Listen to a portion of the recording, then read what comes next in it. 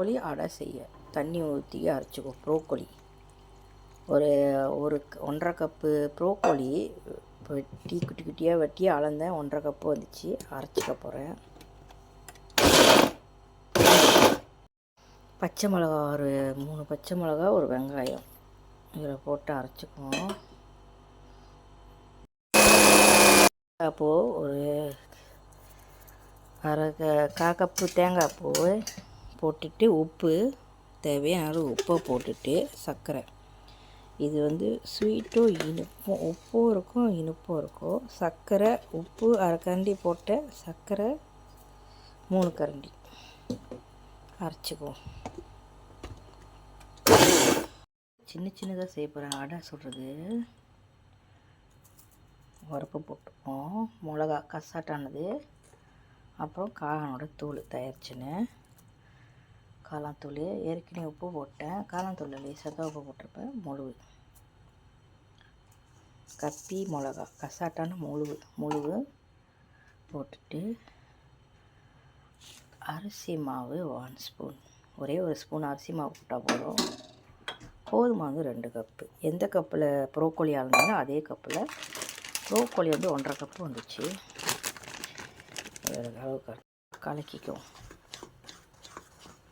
இதில் இனிப்பு கொஞ்சம் இருக்கும், உப்பு டேஸ்ட்டும் இருக்கும். ரெண்டுமே கலந்த ஒரு வித்தியாசமான ஒரு ஸ்வீட்டு. உரப்பு இருக்கும்.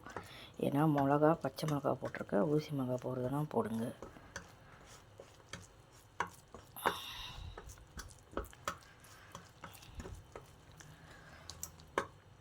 கையில் தட்டி சுட்டா அடை நான் குட்டி குட்டியாக சுட போகிறேன். இந்த அளவுக்கு எடுத்துக்க வேண்டியது தான். பெருசாக தட்டி சொல்லலாம், சின்னதாக சுடலாம். அதனால் சுடி ஏற்றிட்டு மினி அடைனா குட்டி குட்டியாக செய்யணும். அதுக்கு பிறகு பெரிய அடை செய்வோம். இந்த மாதிரி சின்னதாக போட்டு வேண்டியது தான்.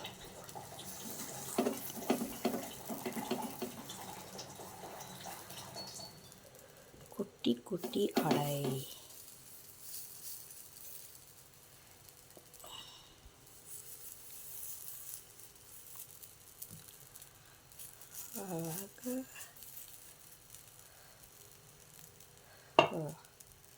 மெதுவாக இதுக்குள்ளே விட்டு திருப்பி ஒட்டாத வா அங்கேயா உனக்கு வேலை. இதை போட்டு அமுக்கிக்க வேண்டியது. அமுக்கி செய்யணும். சின்னதாக சுட்டால் சின்னதாக பிள்ளைங்களுக்கு அழகாக பிடிக்கும். குட்டி குட்டியாக சின்ன பிள்ளைங்களுக்கு கொடுங்க. பெருசாக பெரிய பிள்ளைங்களுக்கு கொடுங்க. சரியா? குட்டி பிள்ளைங்களுக்கு நெய் தடவிக்கணும். நெய் வாசம் நல்லா இருக்கும்.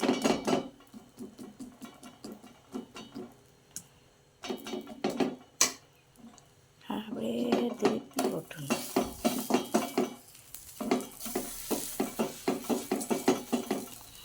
தட்டி சுடணும், சப்பையாக்கணும். நல்லா முறுமுறுன்னு இருக்கும். ப்ரோக்கோலி அடை. இது குட்டி குட்டியாக செஞ்சால் மினி அடை, பெருசாக செஞ்சால் பெரிய அடை.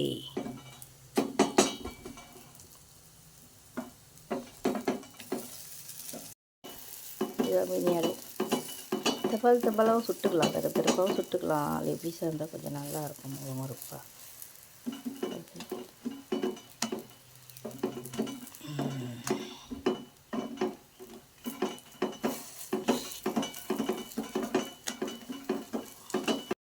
பெரிய அடை சுடுவோமா?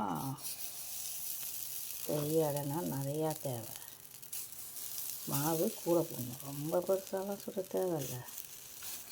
மாவு கூட போட்டு நீங்கள் திருப்பும் போது அமுக்கி விட்டுக்க வேண்டியது தான்.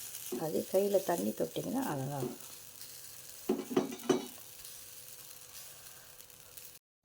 லேசாக அப்படியே திருப்பிடணும். திருப்பிட்டு அமுக்கணும். அமுக்க போது தான் மாவு பிதுங்கி போகும். டிஸ்டர்ப் பண்ணணும்.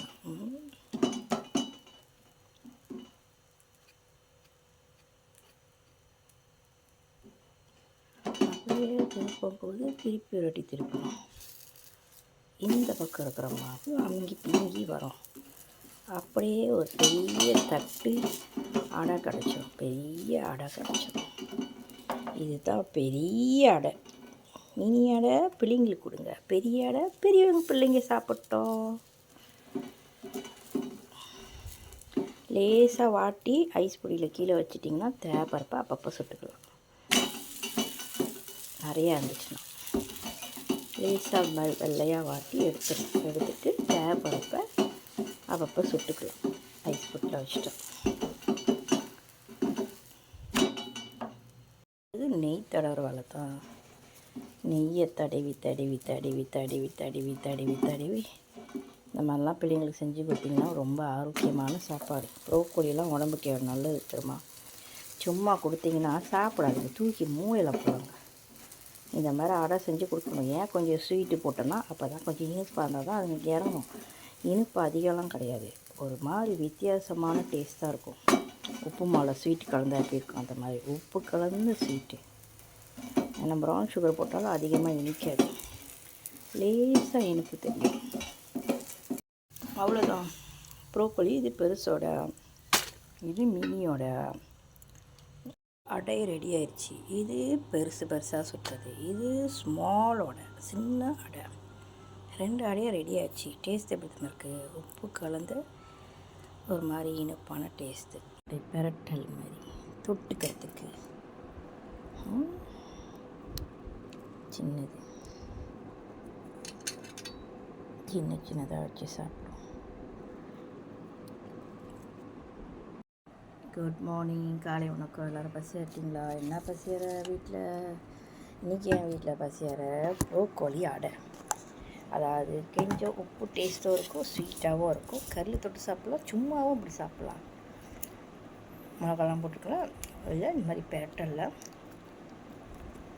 உருளைக்கிழங்கு, பெரங்கைக்காய், சைவ ஊற நினச்சி கொஞ்சம் அதையும் போட்டு அப்படியே பெரட்டல் மாதிரி சொல்கிறேன். கறி மாதிரி